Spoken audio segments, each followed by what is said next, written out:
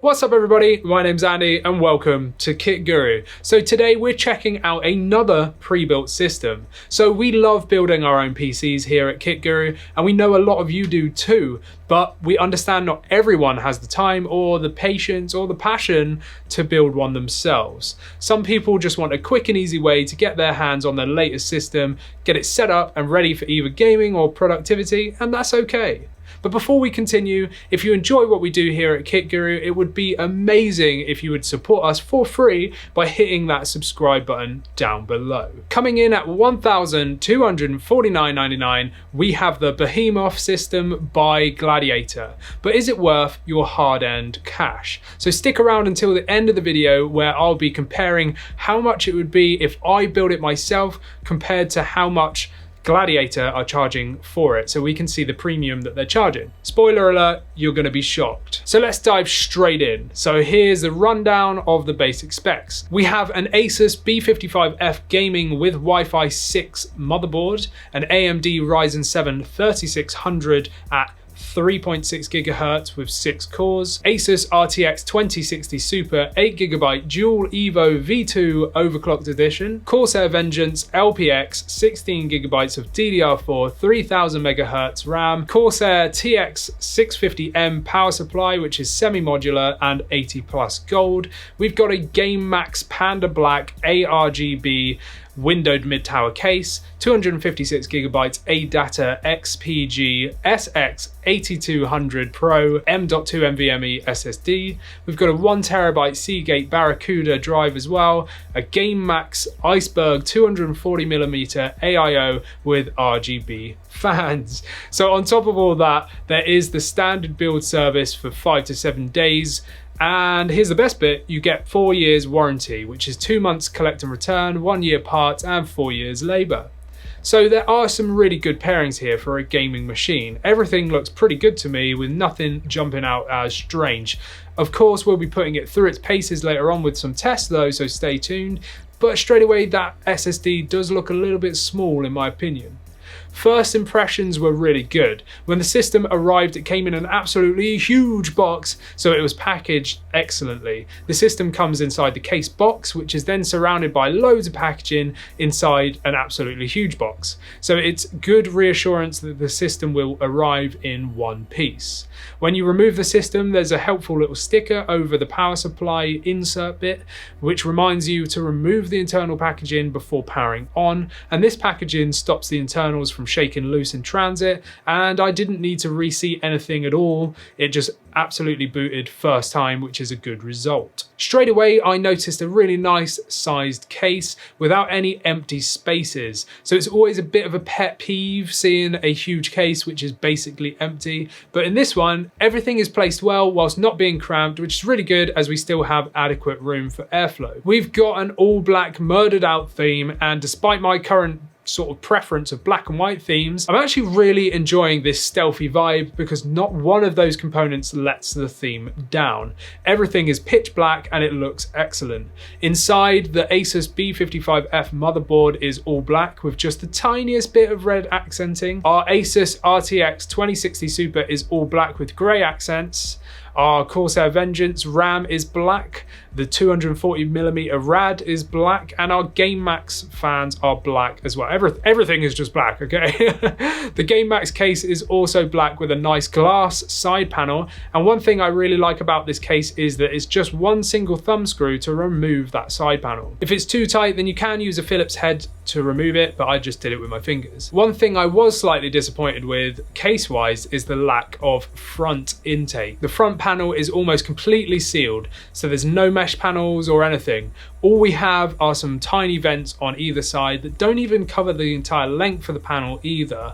We have removable dust filters on the top and the bottom as well. Case I/O wise, we have 2 USB 3 ports, a mic and headphone jack, our power button, a reset button, and then 2 extra buttons. And these are for changing the RGB presets as the case controls some of the RGB lighting. RGB wise, it actually looks really good despite the minimal amount of it. One thing I wasn't expecting is the sort of white LED strip light across the top that really lights up the entire system, so you're definitely not going to have trouble seeing the components, and I actually quite like this touch. I've never really thought of just putting a white LED strip in a system before.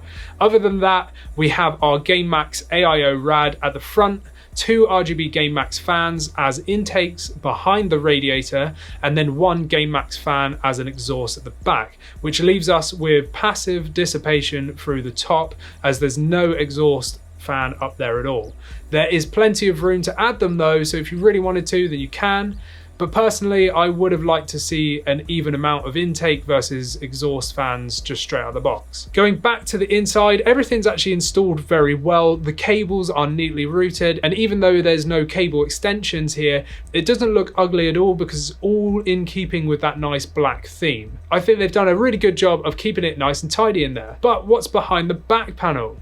So taking the panel off requires you to remove another 2 thumb screws, and once we've removed them, you can see we have even more cable tidying. You can see the Corsair TX650M PSU here, and it's always a bit of a pain with non-modular or semi-modular power supplies because there's always excessive cables to hide, but I think they've done well taking that into consideration. It's nice that the case has a shroud to stop you from seeing it all piled up around that 3.5-inch drive bay, and despite the case being more of a budget style model, there's sufficient cable management areas that have been utilized, and it does really look great. There's a fan/RGB controller here, which is pretty much barely used at all, but the benefits are that there's tons of room to expand, so you can put in loads more fans or RGB strips if you really wanted to. I did find just a random cable tidy just dangling though, not supporting any cables at all. It was a little bit strange, but that's being super nitpicky. You could just totally untie that and just throw it away. At the bottom we have one of the 3.5-inch slots taken up with our hard drive, but there is room for another,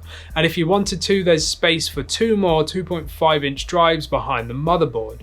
So overall, I think it actually looks great. The theme is consistent throughout, the cable management is well executed front and back, and the space inside the case is actually being very well used. There's a lot of empty space on the RGB and fan controller, but again, this is kind of good for future proofing because any modifications you want, you can just add them in yourselves without having to buy a fan extender, etc.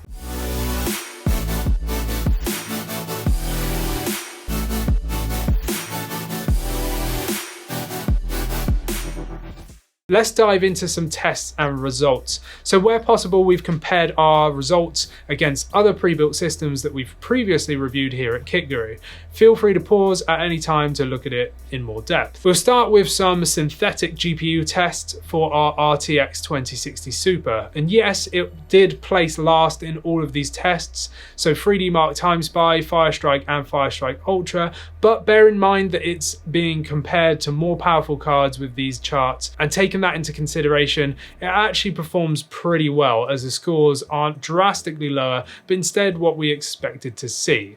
Now, what I really wanted to test in real world gameplay results was testing each game at the highest possible settings to show you just how capable the system really is, but I also tested each game at 1080p and 1440p to show you that you don't necessarily need the absolute best or most expensive graphics card on the market to run these resolutions with good results. So as I said, these are worst case results because all the settings are maxed out where possible to see what it can handle. Now, of course, reducing the settings or using a preset will definitely give you more FPS. So starting with the Division 2, this game always puts a bit of a strain on systems, but you can see here, even on Ultra, we're hitting 60 FPS in 1440p and 85 in 1080p. So changing some settings will definitely get you closer or even over that 100 FPS mark. And I think that that's proof straight out of the box that the RTX 2060 Super can handle these resolutions. Even on Ultra, it's playable.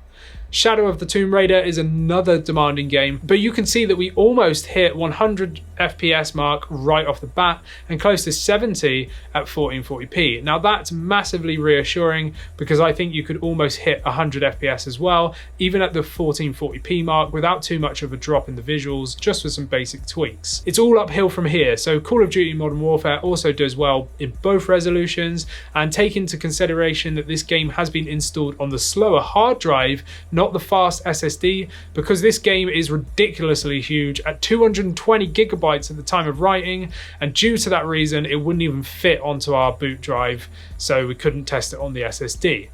Next up is Resident Evil 2 Remake, and here we break over 100 FPS in 1440p and 160 in 1080p, and that's an excellent result. This was using the game's max preset that even warned us that the game would perform badly because it was using double the VRAM that we had available, yet it ran great. Finally, we've got Doom Eternal, and yet again we've breached that 100 FPS mark in both resolutions, and I can assure you it was playing great. I think that this goes to show that you absolutely do not need a 2080 Super if you're running 1080p or 1440. Moving on to our CPU tests, we placed as expected with our Cinebench R15 and R20 results with our Ryzen 5 3600.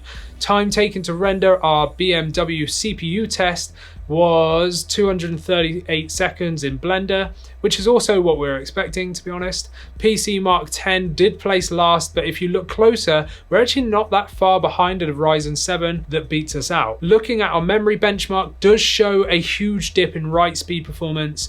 Now, if you've seen my recent review of the other pre-built system recently by box.co.uk, then you'll see that this also had write issues within ADA 64. But there is a reason. Zen 2 systems with 8 cores and below have roughly a single write path, and that gives them about half of the write speed of their 12 core and above brothers, which have 2 write paths and normal write speeds. So it's perfectly normal for the 8 core and lower Zen 2 chips to get these results, and honestly it doesn't really affect real world performance, so don't really worry about this score that much. Running our SSD through Crystal Diskmark does show that it's got a pretty depressing write speed, dropping all the way down to 900 megabytes per second, whilst our read speeds remained high. Looking at power consumption, saw an idle draw of 63, which is really good, whilst jumping up to 310 under load at 1440p intensive gaming. So nothing really out of the ordinary either.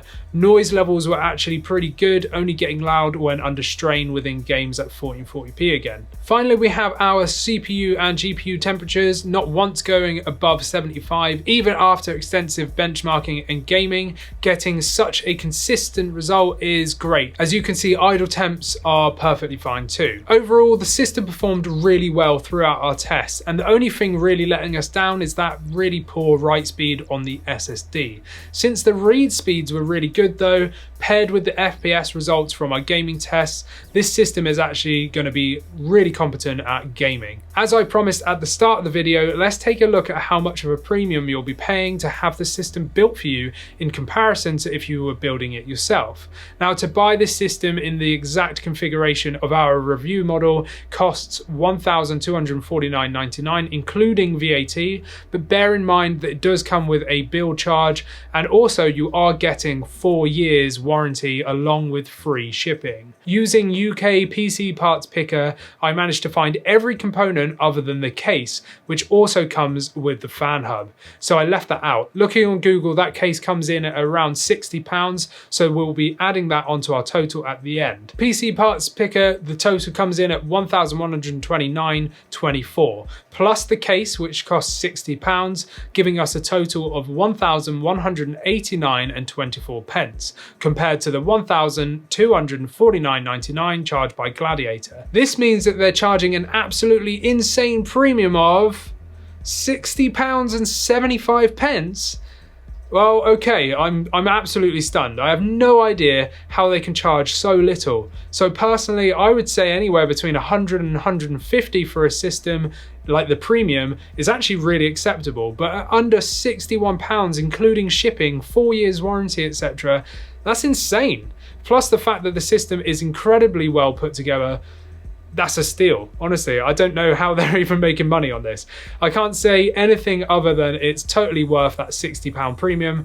It's an incredible deal for those that can't or do not want to build their own PCs for whatever reason, and I'm so happy to see that those that do go down that route are not paying extortionate premiums like in the old days. Overall, the system is great. It will play games very well at 1440p and excellently at 1080p. It's put together nicely with well-matched components considering considering it's aimed at gamers, but it won't be too shabby at occasional bits of productivity either. I think you're getting a quality system here for the price, especially when you're almost paying nothing at all for Gladiator to build this PC for you. It's a shame that the SSD is slower than expected though, so it might be worth considering swapping that out via the Gladiator configurator on their website.